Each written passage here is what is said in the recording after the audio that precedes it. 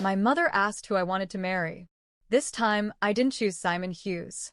Instead, I chose his younger uncle, Daniel Hughes. Her reaction was immediate, her gaze sharp and full of disbelief, as if I had just slapped her. After all, everyone in town knew that Simon and I were inseparable, practically tied together since childhood. For 10 years, I chased him, made it clear I wouldn't marry anyone else. But that was the old me, the version of myself that no longer existed. A bitter smile formed on my lips as the memories of my past life before being reborn flooded my mind. In that life, after Simon and I got married, I came to a painful realization. He had never touched me. At first, I told myself it was something personal, that maybe it was something he couldn't help. I excused it and tried to convince myself it didn't matter. But then, on our golden wedding anniversary, I entered a room I had never seen before. It was locked, hidden, and filled with photos of my cousin. That's when it all clicked. It wasn't that Simon was asexual. He simply didn't love me. And now, in this second life, I was tired of wasting time on someone who would never love me back. I decided to let them be together once and for all. But as I walked down the aisle toward Daniel, Simon's face went pale, and he completely lost control. 3 days after my official engagement to Simon Hughes, I saw him at a party. As expected, his friends saw me and, of course, couldn't resist. They were already laughing, clearly having fun at my expense. "Simon, look who it is. Your little follower is here again," one of them shouted with a grin. "Bianca, you're already engaged to Simon and still clinging to him? Shouldn't you let the poor guy enjoy his party before locking him down?" Another chimed in. When Simon saw me, the irritation was practically written all over his face. "Bianca," he spat, "are you really that desperate to marry me? You didn't even bother asking my permission before sealing this engagement, and now the whole damn town is talking about it. The nerve you have." His disgust hit me like a punch to the gut. I had to take a deep breath and steady myself before replying. "I didn't need your approval. I'm not marrying you." The room burst into laughter. Simon's friends were practically bent over, laughing so hard. Of course, they couldn't resist continuing to mock me. "Simon," one of them yelled, "watch out. Your fiancé is about to pull another move to get your attention." Simon simply shook his head, looking increasingly annoyed. "Bianca, now you're playing hard to get?" I couldn't help but smile. "With the Hughes family? If I don't marry you, who else will I marry?" He leaned closer, his voice dripping with sarcasm. "Let's not forget you've been saying since we were kids that you'd marry me. The whole town already thinks you're mine." Then he whispered, "I'll let this engagement slide, but don't forget. Yes, I can give you a grand wedding, but the marriage license, that's only for the person I truly want to marry." I froze. In my past life, this was exactly when Simon went through with his family's plans, and we registered our marriage. Could it be that he had also been reborn? Before I could process what was happening, my cousin Audrey appeared at the party. The moment she saw me standing next to Simon, her face twisted with anguish, and tears started streaming from her eyes. "Bianca, Simon, I heard you're getting married soon. I didn't bring a gift, but I wish you all the happiness in the world," she stammered, her voice cracking with every word. Before she could finish, Audrey turned around and ran out, sobbing as she fled. "Look what you've done, Bianca," Simon muttered, shooting me a furious glare before running after her without another word. When they returned, their fingers were intertwined, clenched tightly. Audrey's lips were swollen and red, and Simon had a hickey on his neck. The whole room was watching, waiting to see what I would do. In my previous life, if I saw another woman getting too close to Simon, I would cause a scene to make sure everyone knew he was still mine. Simon stepped forward, placing Audrey behind him like a shield, his face holding a strange, expectant expression, but I didn't give him the reaction he was clearly waiting for. Minutes passed, and his arrogant little smile began to fade. Then he mocked. "Well, look at that. At least you've grown up a bit. You don't scream or throw fits like before." I didn't even bother to respond. When the party ended and everyone began heading toward the door, Simon stopped me. "It's late, and it's not safe. I'll give you a ride," he said. Since the ride was free, and I wasn't about to walk home, I didn't argue. I went for the back seat, but Simon was faster. He blocked the front seat. "You sit in the back." With that, he gently helped Audrey into the front seat, as if it were the most natural thing in the world. "Sorry, Bianca," Audrey said with fake concern. "Simon's just being protective. He's afraid I'll get carsick." I said nothing. I simply slid into the back seat, exactly where I'd planned to sit from the beginning. The entire ride home was just Simon and Audrey talking and laughing like they were the only two people on Earth. At a red light, Audrey joked with Simon, asking him to help her with a lip balm. They exchanged a look, and I swear the tension in the air suddenly thickened. Simon turned his head toward the rearview mirror, as if he'd just remembered I was in the car. When his eyes met mine, I deliberately looked out the window, trying to ignore them. His expression faded for a moment. For a moment, I saw regret cross his face. Then, before I could even process it, he slammed on the gas. When we arrived at my house, Simon did something I truly didn't expect. He grabbed my arm again. "Drop the act," he said, his tone sharp. "Don't pretend you don't care. It's beneath you."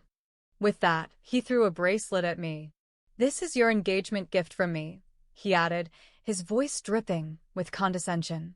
"If you stay in line, I'll at least give you a voice on paper. Everyone will think you're my wife." I stared at him. "And who exactly do you plan to marry then?" I asked. "Audrey." Simon's face twisted with rage, but beneath it there was something almost smug, as if he was enjoying the chaos he was creating. "I knew it," he sneered.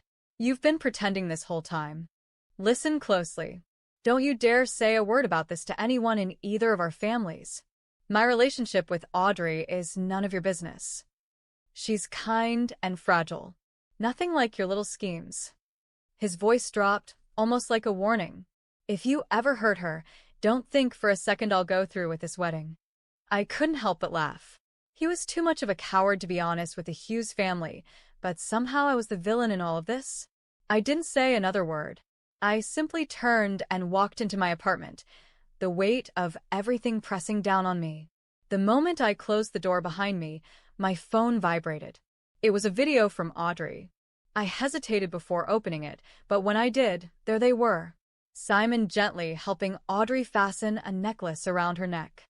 The brand was unmistakable. And then I realized it. The bracelet Simon had just thrown at me was the matching piece to that same necklace. They were so close, their necks almost touching. And then, as the camera zoomed in, they kissed. The sound broke the silence like a slap to the chest, sharp, intrusive. "Bianca, Simon must have already told you, right?" Audrey's voice said. "After the wedding, he's going to marry me legally. Just so you know, without a legal marriage, there's no right to inheritance. I guess it's finally my turn to be the richest woman in Evergrande City." Audrey. She had been reborn too. Everything made sense. Even though Simon and Audrey had no connection in our past life, this time, just days after being reborn, they were already acting like lovers, doing everything a couple would do. It was like they had some unspoken understanding, like they were trying to pick up exactly where they left off. I lowered my gaze. Memories from my previous life flooded back in. I thought about when I first married someone from the Hughes family. Right after the wedding, everything seemed to change. The company began receiving an avalanche of partnership offers, securing contracts left and right. The assets of Hughes Enterprises skyrocketed, and before long, they became the wealthiest company in Los Angeles. The patriarch of the Hughes family was convinced that I was the one bringing Simon good luck. Strangely enough, the family started to appreciate me more and more. They treated me like one of their own, like I truly belonged there. Despite Simon's cold indifference, I honestly thought I was happy. That was until I found the photos. One afternoon, my mother walked into my room with news. "Daniel, Simon's younger uncle, is returning from Europe in 5 days." I froze, caught off guard. Daniel had never married in my previous life, and I certainly didn't expect our arranged marriage to move forward so quickly. I vaguely remembered Daniel. One thing was clear, though. He had always been a good guy, almost like an older brother to me. Marrying him now gave me more peace than marrying anyone else ever could. I wasn't sure why, but the idea of him felt right. The next morning, I got up early and went straight to work in my studio, designing my wedding dress. I'd been sketching my dream wedding dress since university, back when I studied fashion design. But all the designs I came up with back then had to fit Simon's tastes. He never let me use any design elements I truly liked. Everything had to be for him. But now, everything was different. For the first time, the dress would be mine. Not Simon's. Not Audrey's. Not for that rotten city that had always watched me like I was a character in a telenovela with a pre-written ending. I was finally designing something that reflected who I was, not what others expected of me. And with every stitch taking form on the white silk, I felt my heart reconnecting with something I had buried years ago, my will to live for myself. No matter how much I tried to focus on the design, my mind kept going back to that damned bracelet. I left it on the table, without even opening it. The fake shine of that piece of jewelry insulted me. It was as if Simon had branded me like an object. If you behave, I'll give you a voice on paper. Who did he think he was? My owner? And Audrey? What kind of woman sends a video like that to someone, as if it were a joke? The truth is, she knew too. She had known from the start. The fake tears at the party, the calculated glances, the necklace, the video, it was all planned. She wasn't fragile. She was a strategist. Cold. Manipulative. They were playing dirty. They didn't just want to be together. They wanted to destroy me in the process. They wanted me to feel small, disposable, insignificant. But not this time. Not anymore. I spent the following days in silence. I ignored my mother's messages, the invitations to family dinners, the subtle jabs from people around me. I wasn't raised to confront, but I had been reborn to resist. And then he arrived. Daniel. The moment he stepped through my parents' front door, the entire atmosphere shifted. He looked older, of course, but still had that calm, steady gaze I remembered. The way he smiled at me, it wasn't the smile of someone expecting a submissive wife. It was genuine, curious, like he truly wanted to know who I was. "So, you're really going to marry me?" he asked with a soft smile. I took a deep breath. "If you want to. But you need to know something. I'm not the same person I used to be." He smiled with a hint of mischief. "Perfect. Because I'm not either." In the following days, Daniel treated me with a kind of respect I didn't know existed. He listened to me, asked questions, said he loved my sketches, even if he didn't understand a thing about fashion. Unlike Simon, who always said, "I don't like that," Daniel would ask, "Does this represent you?" For the first time in years, I felt like I could breathe. But of course, the peace never lasts long. One Friday, the Hughes family hosted a dinner to celebrate Daniel's return.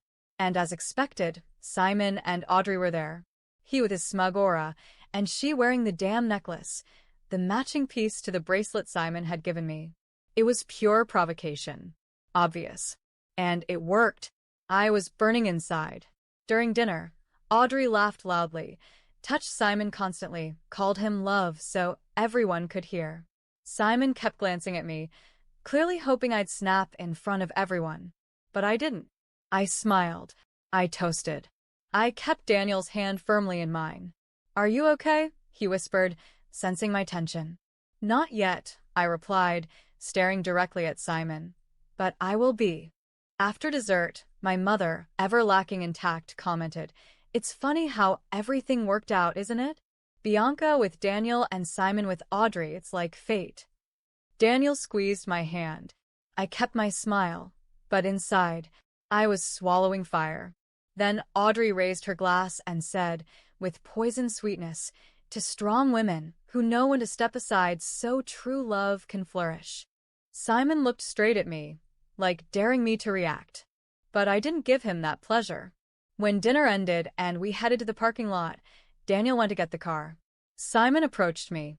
"This is all a pathetic act, Bianca," he murmured, leaning against a passenger door. "You're the pathetic one," I replied bluntly, "using me as a facade and still pretending to be the victim." He stepped closer. "You still love me. You're not even worthy of my hatred, let alone my love. He laughed, but there was fury in his eyes. Do you really think Daniel is going to protect you? He's just a pawn in this game. Isn't it strange how fast everything's moved? This family needs you, and now that they know you bring luck. So that's what this is? I cut him off. Not love, not desire, superstition. You want to keep me around as a lucky charm? I'll marry Audrey legally, but no one will stop seeing you as my wife. Do you really think Daniel will resist the power of the Hughes name for long? I resisted. I snapped back. And now, if I have to destroy that name, I will. He fell silent, then smirked with disdain. Good luck with that. The next morning, I was awakened by a notification. Someone had leaked an article to the local press. It painted me as a social climber. Said my engagement to Daniel was fake, that I was manipulating his family just to rise in status. There were photos, some real, others badly edited. Audrey. Of course. But I didn't cry. I didn't call my mother. I didn't delete my social media. I just called someone I hadn't spoken to in years, Marcelo, a journalist who owed my father a favor. I'm going to send you some material, I said. I want you to publish it under your name. Are you sure? He asked. It's heavy. Absolutely sure. And publish everything, including the video. I sent him everything.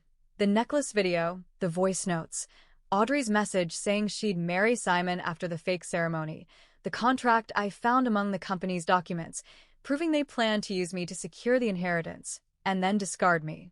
2 days later, the bomb dropped. Every news outlet picked it up. Scandal in the Hughes family, fake marriage and million-dollar inheritance scheme. The whole city was on fire. Company stocks plummeted. Contracts were canceled. And the Hughes patriarch, the same one who always believed I brought good fortune, came down from his pedestal, screaming. Simon was disowned. Audrey disappeared. She shut down her accounts, canceled the engagement, and was last seen leaving the city with 2 suitcases. That night, Daniel called me. Was it you? Yes. Thank you. Do you still want to marry me? He laughed. Now more than ever. And me. That night, I slept in peace. For the first time in many, many lives. But peace never lasts. The next morning, a loud knock woke me. It wasn't the nervous tap of a delivery person or the quick ring of a neighbor. It was firm, repetitive, almost threatening. I looked at the clock. 7:42 a.m. I threw on a robe quickly and walked to the door, heart racing. When I opened it, there was my mother. Her face red, eyes intense, lips pressed tight. What did you do? Her voice was sharp, like a blade. She didn't come in. She just stood there, as if facing a criminal. What I had to do, I answered calmly. I exposed them. Simon and Audrey were lying to everyone, using the family, using my name, using me. Someone had to speak up. She laughed. Not kindly, mockingly. Do you know what you've done? You ruined the reputation of the entire Hughes family. The company lost investors. Your father was summoned to explain things he had nothing to do with. I got confronted in the grocery store. And that matters more to you than the fact that I was humiliated for years? Bianca, you were always treated like a queen. You had everything. And now, just out of spite, you throw it all away. Everything? What is that everything? Being Simon's shadow? Being used and ridiculed in public? Being treated like a lucky charm? Was that everything? She hesitated, just for a second, but it was enough to see the truth in her face. She knew. She had always known. She knew Simon didn't love me. She knew he used me. And she chose silence.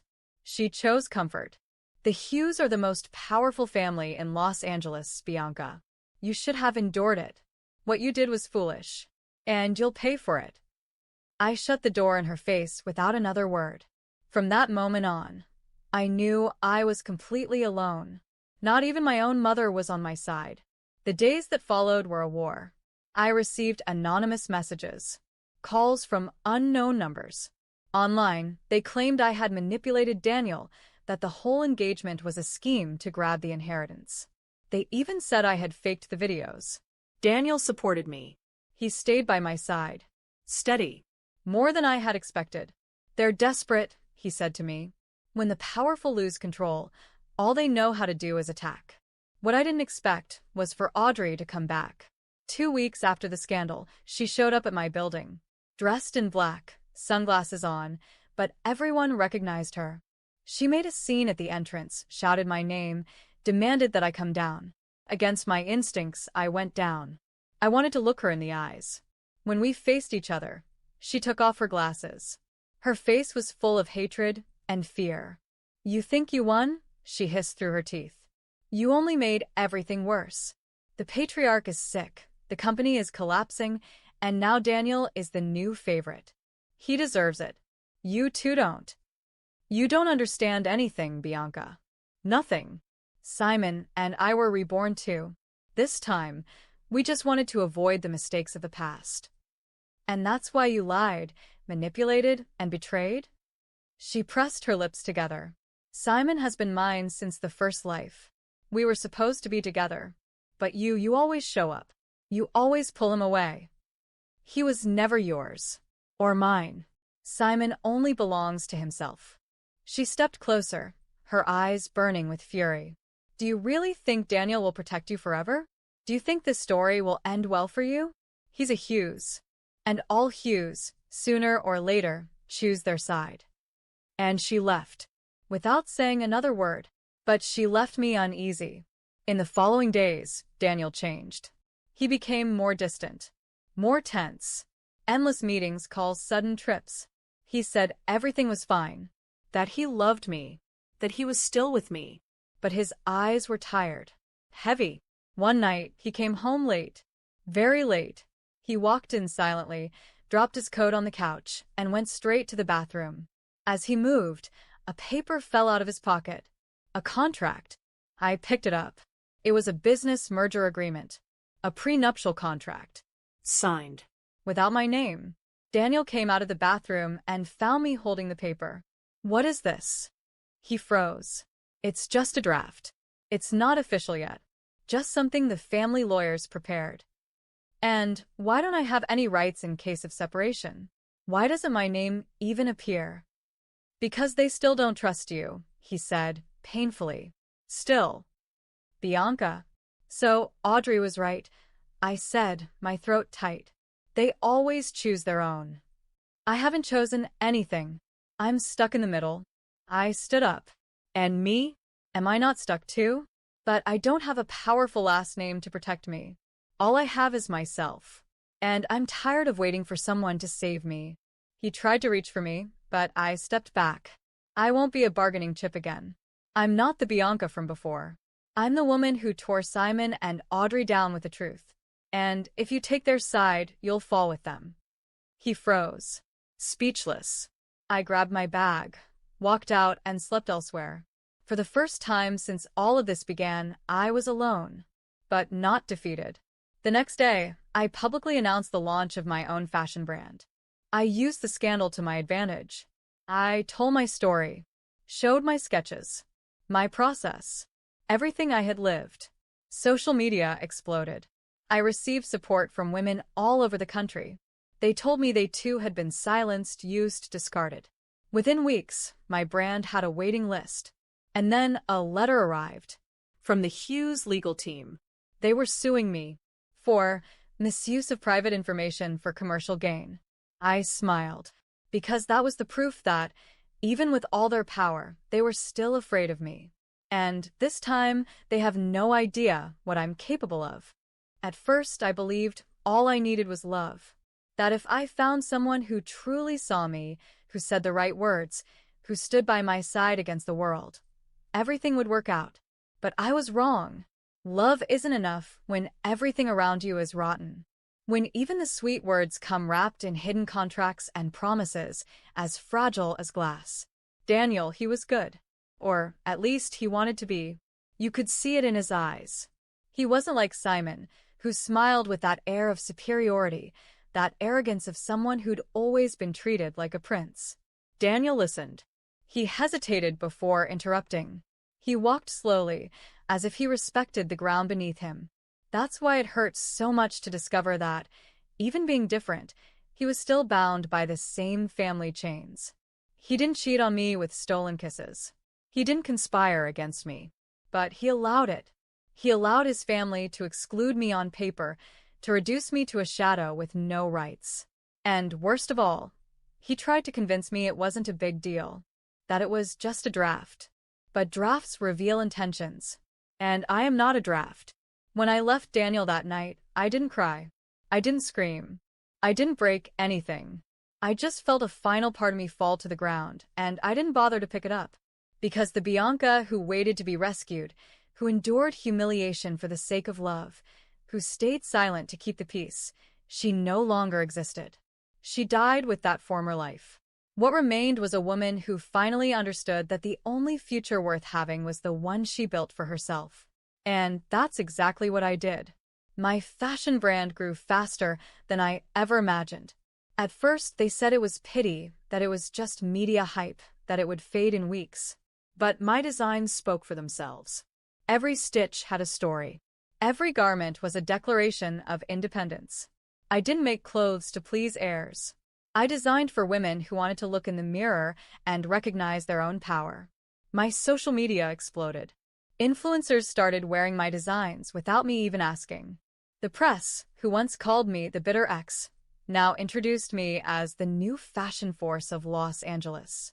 I received invitations to shows, interviews, collaborations, even from people who used to laugh at me.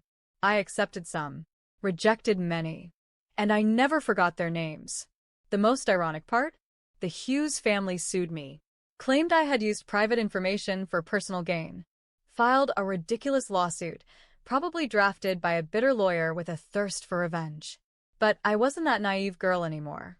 I had evidence, witnesses, recordings, documents, everything. The trial turned against them. The press didn't let up.